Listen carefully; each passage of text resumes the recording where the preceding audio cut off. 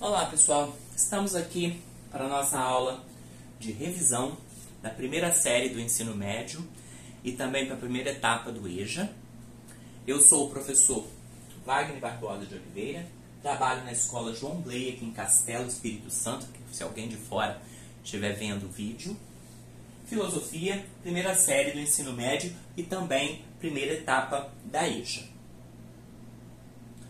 No nosso início, nós vamos trabalhar a unidade 1, revisão, porque nós já tivemos a aula sobre o nascimento da filosofia, como que a filosofia surgiu, por quê, quais são os questionamentos, fala-se a respeito da utilidade da filosofia e como ela acontece.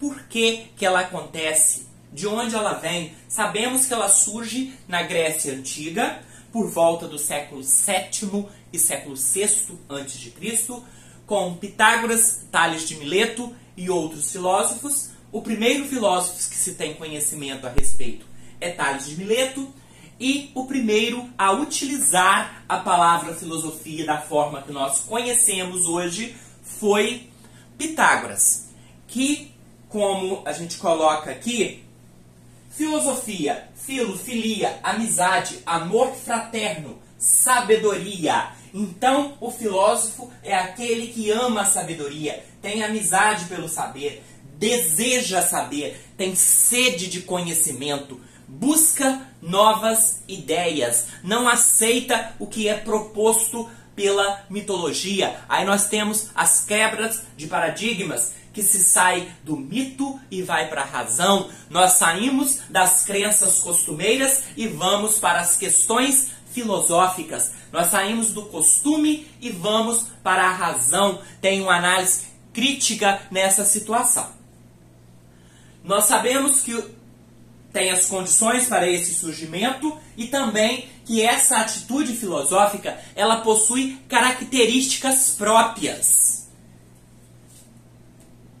Quais as características da reflexão filosófica? Por que eu preciso filosofar?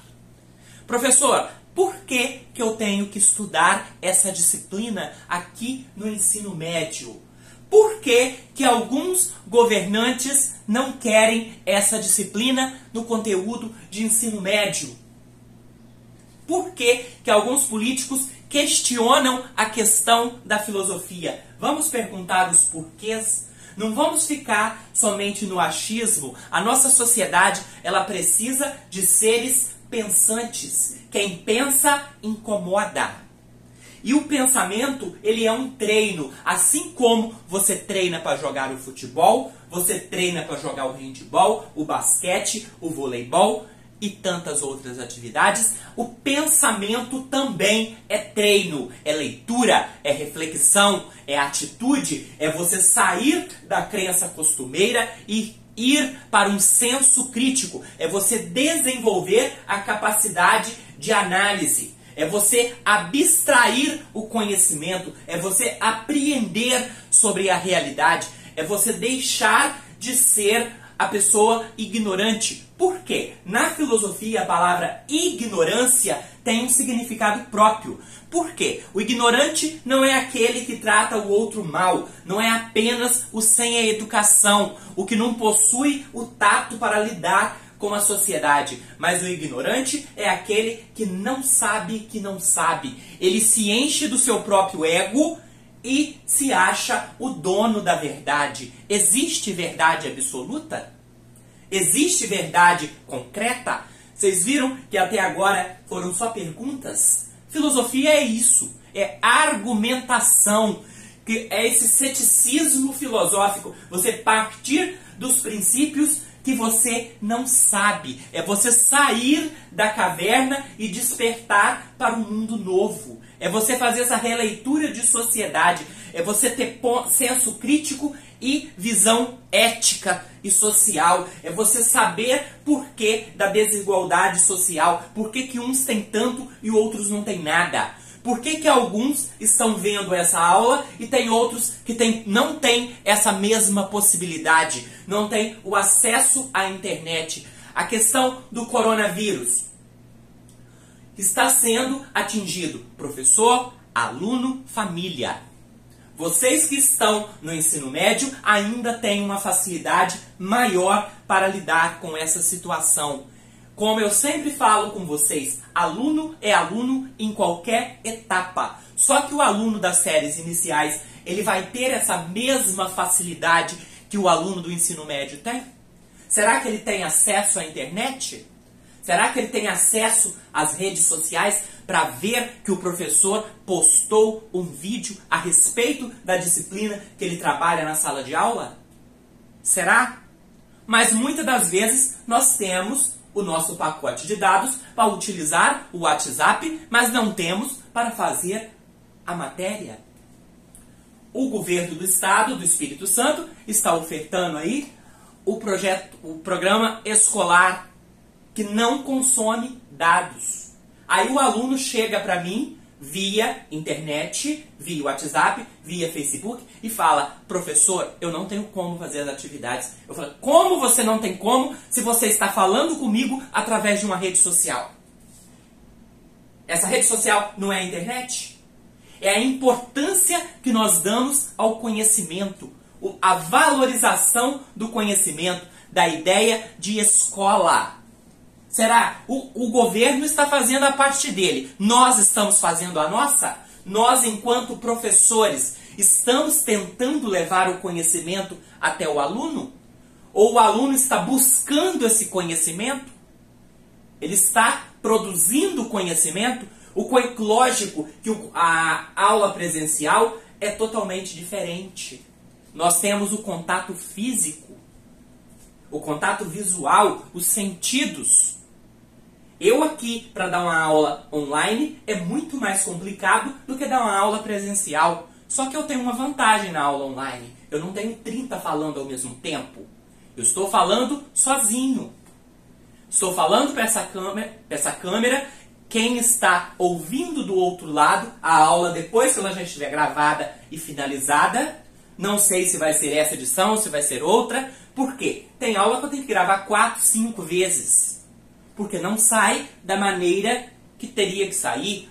Ou aparece alguma coisa, o celular cai a bateria, o notebook acaba a bateria, a televisão entra num contato diferente. São diversos meios. As ferramentas tecnológicas que eu estou utilizando aqui para falar com vocês é fruto da evolução científica, que partiu lá do século VII a.C. A filosofia não é ciência, mas ela é a mãe da ciência. A filosofia, ela produz o questionamento para que a ciência possa resolver. Aí nós vamos ver agora essas características da reflexão filosófica. Ela é radical, ela é rigorosa, ela é conjunto e ela é crítica. Ir à raiz do problema, ela não aceita a resposta pronta. Ela não aceita eu perguntar: aluno, por que você não fez atividade? Você responder para mim: porque sim. Para e pensa. Por que você não veio de uniforme para a escola se você tem o bendito do uniforme? Ah, porque estava sujo. Por que você não lavou? 15, 16, 17 anos, seja menino ou seja menina, precisa da mãe lavar o uniforme?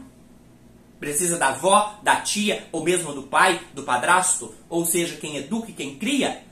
O sujeito, ele não tem que se tornar responsável por suas ações? Ele já não é capaz de votar? Ele já não é capaz de querer não dar acesso ao familiar, ao que ele faz em suas redes sociais? Busca uma realidade além das questões imediatas. É essa perguntação. Eu perguntar por que eu desafio a autoridade escolar ou a autoridade do pai e da mãe ou de quem educa. Eu quero me autoafirmar para quem? Eu quero produzir conhecimento para quê? Ela é rigorosa. Pensar sistematicamente. Não é você pensar de forma aleatória. Não é uma confusão. O caderno de vocês não é dividido lá. História, geografia, matemática, biologia, física, química. Se você colocar todas as disciplinas juntas, você consegue organizar o pensamento? Cada professor não tem o seu horário? Cada professor não tem a sua disciplina, mesmo nesse período de pandemia, não tem o dia de ser feita a postagem, vocês não têm o sistema lá do Google Sala de Aula para vocês entrarem e olharem? Buscar um rigor nos conceitos. É eu analisar com rigor, é não passar a mão por cima, não. Conjunto é uma reflexão contextualizada. Visualizar a totalidade do real, como nós já falamos. A visão do elefante aqui, a pessoa vendada, através do tato, vê o mesmo elefante? Ele não precisa dessa análise do conjunto, do todo? Cada visão do ponto é um ponto diferente? São pontos de vistas. O exemplo que eu já utilizei de vocês na sala de aula, 2 testemunhas do mesmo crime.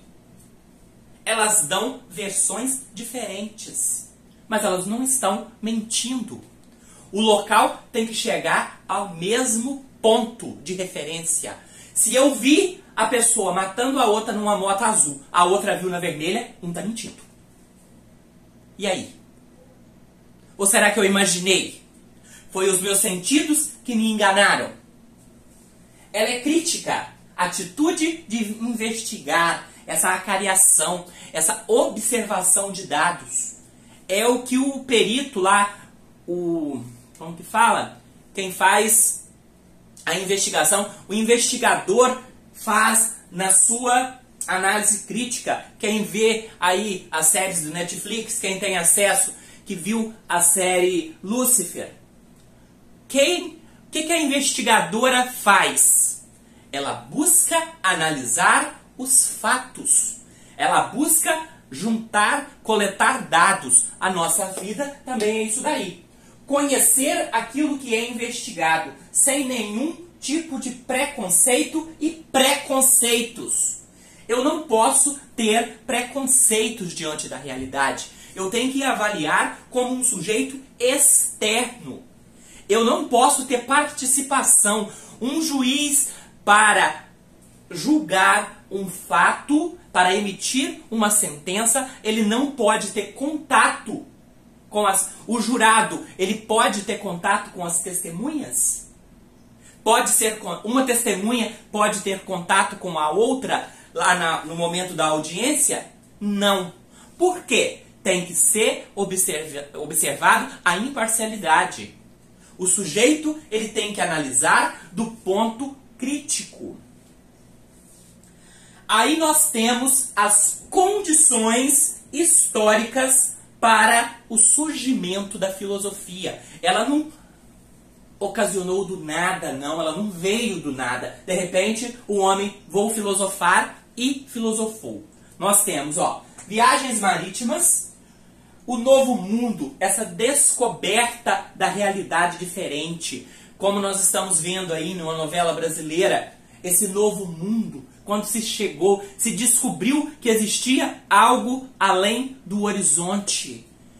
Que a Terra não era plana.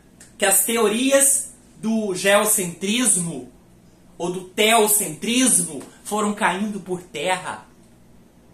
O homem, na Idade Moderna, já se coloca como centro do universo.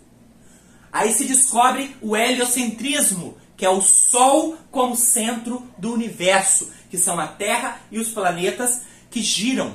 A Terra gira em torno do Sol e em torno de si mesma. Rotação e translação.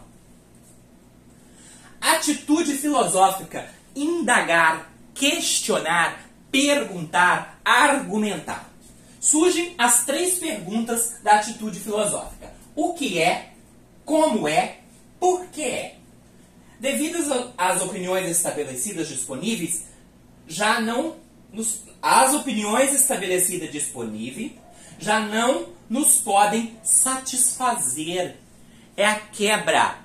Mito, razão. O ser humano para de acreditar nas crenças costumeiras e passa a indagar sobre a realidade, a questionar, a ter a sensação de espanto falada por Aristóteles, a admiração, citada por Platão e Sócrates, essa admiração diante da realidade, o estranhamento, o processo dialético, a construção histórica diante da realidade, como nós vimos alguns pontos aqui, ó, que vocês podem estar anotando. A filosofia como admiração e espanto, estranhamento diante da realidade, processo dialético. Sócrates acreditava na dialética. Dialética é movimento, movimento de ideias. Saída do estado de ignorância. Só sei que nada sei. O ignorante na filosofia não é aquele que não tem a educação formal. Não é aquele que trata o outro mal. Não é o sem educação ou o mal educado. O ignorante é aquele que não sabe que não sabe. E nós temos muito disso nas redes sociais. São inúmeras. Nós temos muita informação e pouco conhecimento. O ser humano produz muita informação, porém não sabe filtrar essas informações. Não sabe sair desse estágio de ignorância, não sabe questionar. Passagem do mito à razão, como nós já falamos. Ideia de democracia e política do mundo atual vinda da Grécia clássica.